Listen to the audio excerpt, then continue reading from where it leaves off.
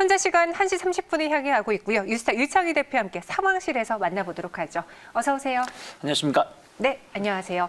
오늘 오후장 SOS, 우리 시장에 요즘 SOS가 좀 많이 필요한 것 같아요. 첫 번째 상황실로 들어가 보면요.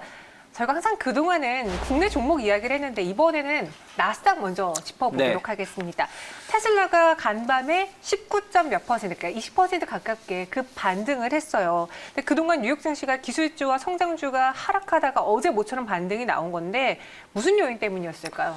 뭐 그냥 낙폭 가대라고 보시면 될 것 같아요. 네. 테슬라 같은 경우는 엄밀히 따지면 900달러에 2월 달에 900달러 가던 종목이 550달러까지 거의 거의 반토막 났다라고 말씀드릴 수도 있겠죠. 그러다 보니까 또 이때 당시에 조정 없이, 그러니까 지금 차트로도 좀 보여드리고 있는데 조정 없이 그 주가가 하락을 하다 보니까 반등이 어저께 한 20% 정도 나왔는데 크게 나왔다. 근데 이것은 여전히 아직은 하락 국면에 놓였다 생각하고 있고, 어저께 뉴욕 증시가 상승은 했죠. 상승을 했는데 뭔가 아쉬운 느낌? 무슨 얘기냐면 다우존스가 그저께 신고가 행진을 보여줬습니다. 그런데 나스닥이 급락이 나오면서 S&P하고 같이 좀 하락을 일으켰는데, 어저께 이제 나스닥이 4%대 폭등이 나왔습니다만은 전날 하락할 자리가 아닌데 하락을 했었던 부분들에 대한 어떤 반발 매수세가 유입이 된 것이고,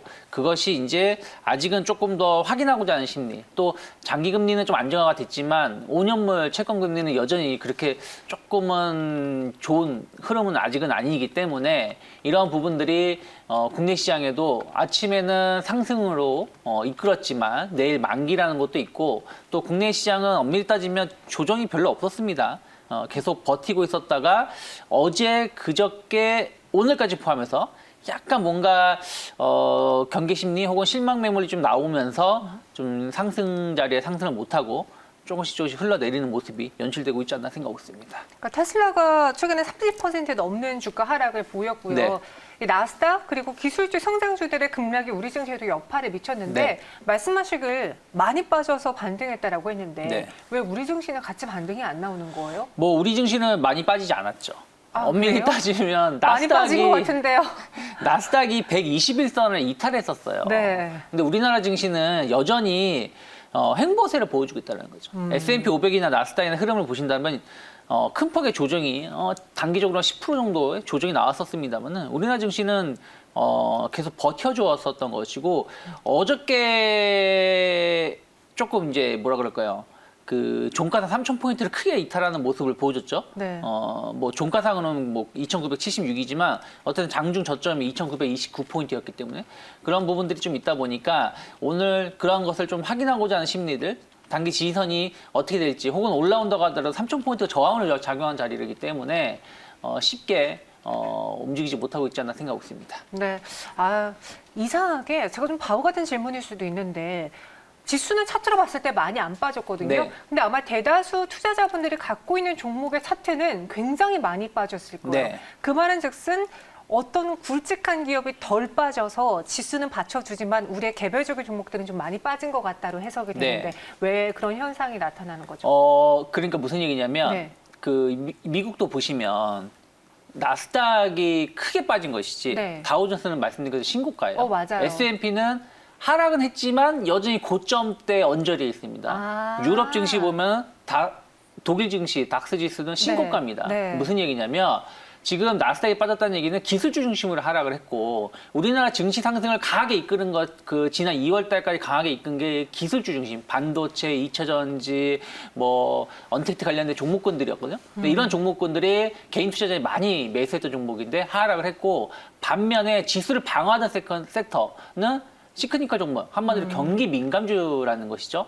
화학, 은행주들, 철강주들, 건설주들, 특히 은행주들 최근에 보시면 KB금융 신한지주 같은 경우 하루에 5%씩 상승을 했다는 것이죠. 그러다 보니까 개인 투자자들의 체감 하락폭은 엄청 크죠. 왜? 하이닉스라든지 아니면 LG화학 이런 종목군들이 고점 대비해서 한 10에서 15%, 많게는 20% 하락을 했으니까. 근데 시장 자체가 좀 묶여 있는, 근데 시장은 그것보다 덜 빠진 것들은 경기 민감주들, 대형주 중심으로 해가지고 약간 주도주 변화가 좀 나오다 보니까 실제 체감하고의 지수는 다르지 않나 생각했습니다. 그러니까 우리가 개인 투자자들이 지수와 달리 내 계산은 더 많이 빠진 것 같아라고 느끼는 거는 코스닥 쪽에 종목이 많아서일 수도 있고 네. 코스피 지수 자체로는 크게 안 밀려난 거는 우리가 많이 안 갖고 있는 경기 민감주가 네. 최근에 많이 선방을 했잖아요. 그래서 지수 자체에선 하락폭이 크진 않지만 기술주나 성장주 위주로 반도체, 2차 전지주 위주로 담으신 분들의 경우에는 지수보다 더 떨어지는 네. 그런 모습을 보였다.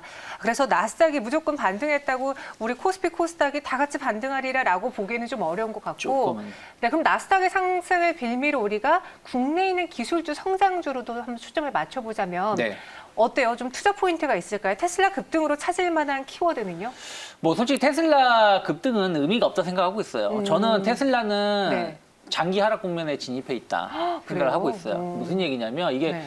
900달러 갔을 때 다들 아시지만 퍼가 1000배였어요. 이 세상 주식이 아니었죠. 그렇기 때문에 그러한 종목군들이 그때의 어떤 분위기에 의해서 올라왔다라면 지금은 이제 좀 분산 국면, 좀 이제 매도 국면에 좀 놓여 있다 생각을 좀 하고 있어요. 그래서 저는 뭐 테슬라 그렇다고 해서 뭐 지금 500달러까지 떨어졌는데 뭐 300달러까지 떨어진다 이런 뜻이 아니라 오르더라도 상당히 제한적이고 저점을 좀 계속해서 낮춰가면서 중장기적으로 봤을 때는 조금은 아무리 뭐 짧게 본다고 하더라도 여름이나 가을까지는 좀 하락 국면이 좀 더 이어질 수밖에 없다 생각하고 있고요. 다만 우리나라 기술주는 좀 다르게 보셔야 된다 생각하고 있어요. 왜 그러냐면 반도체 지금도 뭐 공급이 수요를 못 따라가는 측면이 좀 있는 그러니까요. 것이고 네. 전기차도 마찬가지입니다. 테슬라만 전기차 만드는 거 아니지 않습니까? 이제 현대차, 폭스바겐, 뭐 벤츠 모든 업체들이 전기차를 만들기 때문에 배터리 시장 계속해서 성장할 수밖에 없다. 그래서 미국의 기술주의 하락이 국내 기술주의 하락을 동반해서 하락을 일으켰지만 네. 국내 기술주들은 끝난 건 아니다 생각하고 있어요. 그래서 저는 뭐 무리하게 지금 당장 매수하실 필요는 없겠지만 조금은 시간과의 싸움을 가지거나 혹은 어느 정도 지선이 확보가 된다면 국내는 다시 또 기술주 중심으로 해서의 반등 충분히 나올 수 있다 생각하고 있습니다. 네. 그러니까 왜 간밤에 기술주들이 반등을 했는데 우리 증시는 왜 안 오르는 거지? 우리 증시는 더 그만큼 힘든가? 뭔가 악재가 있나라고 많은 분들 지금 비관하고 계신데 그냥 오늘만의 상황일 뿐 우리 기술주들의 성장 그리고 실적 모멘텀을 봤을 때는 지금 끝은 아니다. 네. 살아날 거다라고 이야기해 주셨습니다. 여러분 조금만 더 힘내보시기 바라겠고요. 이어서 두 번째 상황실로 넘어가 볼게요. 이번에는 HLB를 볼 텐데 오늘 코스닥 시장 안에서 제약바이오주를 급등 나오는 게 있어요. 네. 개별적인 이슈인데 뭐 예를 들어서 0.5주의 무상승자를 발표한 기업도 있고 HLB는 그 전에 무상승자를 발표하면서 시장의 분위기를 좀 바꾸려고 하고 있는 것 같거든요. 일단 그동안 HLB를 하락하게 만들었던 그 증선이 상정 진행 과정은 어떤가요? 지금 약간 좀 미뤄지고 있죠. 네. 그러니까 좀 HLB의 실망감을 불러일으킨 것이 임상 실험에 대해서의 약간 좀 이게 또 해석에 따라 그쵸? 다르다고 하던데. 네, 그러니까 허위 공시 가능성 이런 부분들이 증선위에서 좀 조사를 들어갔다는 소식이 나오면서 지난 2월달에 한번 하한가를 맞았었고 그 이후에 좀 지켜보자는 심리가 좀 강했습니다. 그래서 오늘인가 나오는 뉴스는 조금 이제 연기가 됐다라는 것인데 이게 말씀하신 것처럼 이게 명확한 증거를 찾기가 좀 쉽지 않은 부분들이 좀 있어요. 뭐 그렇다고 HLB가 뭐 잘못했다 잘했다 이런 뜻이 아니라 어쨌든 그러한 기준에서 증선위는 평가를 했지만 또 이것을 뒷받침하는 증거를 그 사이에 좀 확보하지 못했다라는 것이 아닌가 생각하고 있고요. 바이넥스 같은 경우는 아예 그냥 내부자 폭로가 있지 않았습니까? 그래서 네. 그런 거가 좀 다르다라고 보고 있고 다만 어찌됐든 HLB가 조금은 그 전부터 좀 계속해서 좀 신약에 대한 기대감들이 좀 있다가 어느 순간서부터 이러한 기대감이 좀 실망감으로 좀 표출되는 경우가 좀 자주 있었어요. 그래서 이번에 이 영향이 단번에 해소될 가능성이 적다. 약간 시간과의 싸움이 좀 필요한 국면이라서 조금은 더 주가의 지지부진한 모습은 이어질 수밖에 없지 않을까 생각하고 있습니다. 네. HLB의 가격 전략을 세워보기에 앞서서 차트를 보면요. 먼저 악재가 터져 나오고 나서 그날 급락을 했어요. 네. 근데 그 이후에 제가 봤을 때는 그래도 사측에서 무언가 노력을 좀 많이 네. 했던 것 같아요. 투자자들 그리고 주주분들을 안심시키기 위해서 계속 발표도 했고 아직 뚜렷하게 나오진 않았지만 여기 더불어서 무상승자도 발표를 했습니다. 이로 인해서 하락세가 좀 진정됐다라고 봐도 괜찮을까요? 그렇죠. 어쨌든 HLB는 좀 약화된 투심리를 좀 회복하기 위해서 네. 이런저런 노력을 좀 꽤 했고 이번에 이제 그 무상증자 소식이 좀 나오면서 조금은 더 안정된 모습을 띄었습니다. 근데 제일 중요한 건 그거 같아요. 제가 만약에 HAB 주주인 상황에서 무상증자 하면 뭐 하겠습니까? 무상증자 한 만큼 또 주가는 하락할 텐데. 그러니까 나의 주식 수가 늘어나는 것이지 내가 가지고 있는 전체의 그 주가 총액이 늘어나는 건 아니거든요. 그렇기 때문에 무상증자는 어쨌든 뭐 기업이 어떤 주주 환원 정책으로 쓰는 가장 좋은 전략 중에 정책 중에 하나지만 지금 상황에서는 이것만 가지고는 좀 돌리기 힘들다. 결국에는 HLB를 투자하는 투자자 입장에서는 신약이거든요. 신약이 얼마나 좋은 결과를 나오느냐가 중요한 것이기 때문에 이 부분을 좀 빨리 땡길 수 있는 것을 좀 확인시켜 줘야지 정말 다시 한번 주가가 상승세로 전환될 수 있는 계기가 될 수 있지 않을까 생각하고 있습니다. 네, 알겠습니다. HLB의 가격 전략 세워보도록 하죠. 현재 81,300원에서 움직이고 있고요. 제가 봤을 때는 그 급락할 때 밑에서 따라잡으신 강심장들은 그리 네. 많지 않을 것 같고 이전에 사서 급락을 보고 견디고 계신 분들이 많을 것 그쵸. 같거든요. 손실은 어느 정도 줄이고 나올 수 있을까요? 저는 근데 일단은 지금 분위기 자체만 본다라면 네. 뭐 급락 자리 언저리까지 올라갈 것 같아요. 한 9만 원에서 8만 5천 원 언저리까지는 상승을 하겠는데 여기서 이제 추세 전환 가능성은 조금 더 지켜보실 필요가 있다 생각을 좀 하고 있습니다. 그래서 조금은 이제 아쉬운 감은 있지만 무리한 신규 매수는 자제하시고 좀 반등을 조금 더 준다라면 비중을 줄이시고 난 다음에 좀 지지선을 그 다음 지지선 좀 확인하면서 다시 재진입하든가 아니면 추세를 확인하고 나서 재진입하는 게 맞지 않을까 생각하고 있습니다. 네, 일단은 이제 급락 이전 수준까지는 그래도 힘을 내주지 않겠느냐. 반등 시 매도해보는 관점으로 만약에 그 이후에 또 하나 증선에서 좋은 결과가 나온다면 네. 또 뷰가 바뀔 수 있습니다. 하지만 현재까지 상황은 그러하다는 점 염두에 두시고요. 세 번째 상황실로 넘어가 볼게요. 이번에는 코리아센터인데 쿠팡 손잡기라고 해봤고요. 사실 코리아센터 이 회사 하나만 중요한 게 아니라 쿠팡 관련주를 짚어보고 싶어서 오늘 대표적으로 꼽아봤습니다. 이 쿠팡과의 협업 소식 때문에 강세를 보여주고 있는데 어떤 내용인지 또 코리아센터에 대해서 설명해 주세요. 뭐 이제 코리아센터는 그 전에 한번 언급해 드린 적이 있었어요. 네. 그러면 얼마 전에 11번가가 아마존하고의 뭐 협력 이런 얘기가 나오면서 네. 코리아센터가 한 매개체 역할을 할 수가 있을 것이다. 그런 얘기를 한번 했었던 적이 있었는데 코리아센터가 그 해외 직구 관련된 사업을 좀 하고 있고요. 그러다 보니까 해외 주요 거점 지역에 물류 배송 서비스를 좀 진행을 하고 있습니다. 그래서 그런 부분들이 첫 번째 하나의 그 주요 매출 내용 중에 하나고, 그리고 이제 그 뭐라 그럴까요?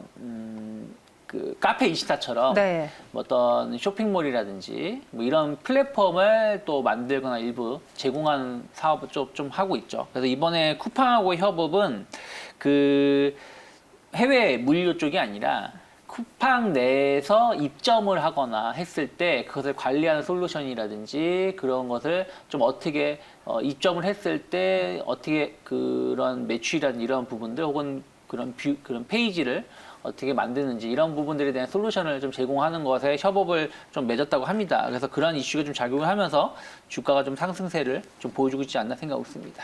네, 알겠습니다. 지금 코리아센터뿐만 아니라 이제 쿠팡이 오는 10일에 공모 가격을 확정 짓고 11일에 뉴욕 증시 상장이 되는데 네. 그렇게 되면은 지난번에 이제 쿠팡 상장 이야기가 나오면서 국내 기업들 같이 재평가돼야 된다 막 붐이 일었었잖아요. 또 한 번 그럴까요? 아니면은 흥행을 못하게 되면 오히려 실망 매물로 이어질까요? 뭐 저는 흥행을 한다고 한들 네. 흥행을 못 한다고 한들 뭔 네. 의미가 있겠습니까? 어, 그 사람들이 주식이 반응하면 의미가 그러니까 있어요. 쿠팡은 영향이 있겠지만, 네. 그러니까 저는 그렇게 생각을 해요. 그전에도 말씀드렸지만 쿠팡이 뉴욕 증시에 상장하는 거지 뉴욕 시장에 네. 물류 배송에 진출하는 게 아니지 않습니까? 쿠팡이 좋은 것이지 쿠팡과 연계된 기업들이 쿠팡의 매출 급등으로 인해 가지고 같이 연동해서 매출이 늘어난다고 보기에는 힘들다 생각을 좀 하고 있습니다. 그래서 저는 쿠팡 관련주라고 해가지고 그동안 많이 움직였던 종목군도 지금 보면 그 자리에 있거나 아니면 조금 하락해 있거나 그 정도 수준이에요. 그런 상황에서 어쨌든 쿠팡이 뉴욕 증시에 상장이 되는 이슈가 소멸된다라면 글쎄요, 그것이 얼마나 주가 상승을 이끌지 여부는 저는 상당히 제한적이다. 이런 식으로 좀 단기적인 이슈에 움직이신 분들 그렇게 큰 수익이 나지 못했을 거라 생각하고 있고 이번에도 마찬가지입니다. 이미 그런 것들이 선 반영된 상황에서 제한된 움직임만 보일 것이고 그리고 나서 오히려 주가 하락을 보여줄 수도 있기 때문에 무리한 추격 매수는 자제하는 게 맞지 않을까 생각하고 있습니다. 네, 코리아센터 추격 매수는 하지 말자. 그리고 뭐 쿠팡 관련주도 같은 맥락일 수 있을 것 같아요. 그럼 지금 구간에서 매도를 해볼까요? 근데 코리아센터 같은 경우는 전체적으로 실적이 좀 좋아지고 있는 부분들이 좀 있고 그리고 어쨌든 쿠팡하고 이번에 그 협업 자체는 중장기적으로 봤을 때 코리아센터의 매출을 늘릴 수 있는 부분들이라 생각을 좀 하고 있습니다. 그러니까 원래부터 쿠팡하고 연결된 고리가 있었던 기업이 아니라 이번에 새롭게 좀 그런 것을 만드는 측면이 좀 있다라고 본다라면 저는 뭐 한 10,000원 정도까지의 목표가는 조금 더 열어놓고 접근해 볼 수 있지 않을까 생각을 좀 하고 있습니다. 네, 알겠습니다. 단기 목표 주가 10,000원 제시해 드렸고요. 이어서 마지막 상황실로 넘어가 보겠습니다. 비덴트의 경우에는요, 비트코인 전성기 때문에 네. 급등을 하지만 역시 변동성이 큽니다. 네. 지금은 또 주가 움직임이 나타나고 있는데, 그러니까 비트코인이 2주 만에 다시 가격이 6천만 원 선까지 회복을 하면서 다시 한번 국내 증시 안에서도 코인 관련주를 찾으시는 것 같거든요. 네. 비트코인 최근 많이 회복이 됐죠. 네, 그쵸. 앨런 머스크 네. 참 그렇습니다. 그 발언 때문에 네, 그 진짜, 발언 자기가 가격이 비트코인 오르고. 뭐 샀다 또 뭐 그런 얘기가 좀 나오면서 급등세를 보여줬었죠. 네. 그리고 나서 시장에서는 이것은 너무 좀 과민한 반응이라 평가가 나오다 보니까 또 급락세가 나왔습니다. 그래서 맞아요. 한 뭐 우리나라 돈 치면 한 6,500만 원까지 언저리까지 올라갔다가 4천만 원 후반대까지 하락을 하고 지금 다시 한 6,200만 원대까지 다시 좀 반등을 좀 보여준 상황이죠. 그래서 최근에 한 20-30% 정도의 급등락이 거의 한 달 동안 2월 17일인가요? 그때의 발언 이후에 지금까지 보면 거의 한 달 동안 이루어졌었고 다시 한번 이제 어쨌든 비트코인이 앞으로는 어떻게 될지 모르겠습니다만 조금 안정적인 흐름을 좀 보여주다 보니까 좀 관련된 종목군들이 다시 한번 주목을 받고 있다 생각하고 있습니다. 네, 비덴트는 특히나 빗선 매각 이야기도 있었잖아요. 네. 그래서 더 투자자들의 주목을 받았는데 지금 비트코인 관련해서 가상화폐 관련해서 관련주로 엮일 수 있는 종목 무엇이 있죠? 제가 이제 가상화폐 관련돼서 그전에도 몇 번 말씀드렸었는데 네. 완전 과거 예전에는 채굴 관련된 기업들이 주목을 받았었죠. 네. 그래픽 카드 회사라든지 뭐 CPU 회사라든지 이런 회사가 주목을 받았다면 지금은 이제 거의 채굴은 거의 한 98%, 99% 정도 끝난 상황이죠. 그러면 이제 기존에 돼 있는 게 거래가 되는 거기 때문에 이런 거래소 관련된 기업들을 좀 관심 있게 보실 필요가 있습니다. 비덴트가 상승하는 것도 결국에는 이 빗썸에 대한 어떤 기대감들이고 네. 저는 뭐 이런 거래소는 비트코인이 하락을 하든 상승을 하든 거래는 계속 이루어질 것이기 때문에 앞으로의 좀 매출은 더 늘어날 수 있다 생각하고 있고 네. 뭐 우리 기술 투자 그런 측면에서 거래소 관련돼서 하나의 흐름을 볼 수 있고 또 갤럭시와 머니트리 같은 경우는 블록체인 관련해 가지고 솔루션을 제공하는 부분들이 좀 있어서 중장기적 관심 있게 보시면 좋겠고 다날 같은 경우는 저는 그게 뭐 크게 뭐 좋게 보고 있지는 않지만 어쨌든 이제 비트코인 관련해 가지고 전자결제라든지 이런 부분들을 좀 활용하겠다고 했기 때문에 이런 기업들이 조금은 더 시장에서 주목을 받을 수 있지 않을까. 다만 이제 진짜 배기는 거래소 관련된 사업을 하는 기업들이 꾸준하게 시장에서는 안정적인 매출을 보일 수 있다 생각하고 있습니다. 거래소 이야기해 주셨는데 저도 사실 비트코인을 한 번도 본 적이 없다가 최근에 빗썸이라는 그 거래소에 들어가 봤어요. 아, 그래요? 제가 들어가 볼 정도면 거의 대다수의 분들이 들어가 봤다라고 말해도 과언이 아닐 텐데 이 거래소 관련주들은 좋게 본다고 했잖아요. 하지만 비덴트의 주가 변동폭이 큽니다. 다시 하락 전환했거든요.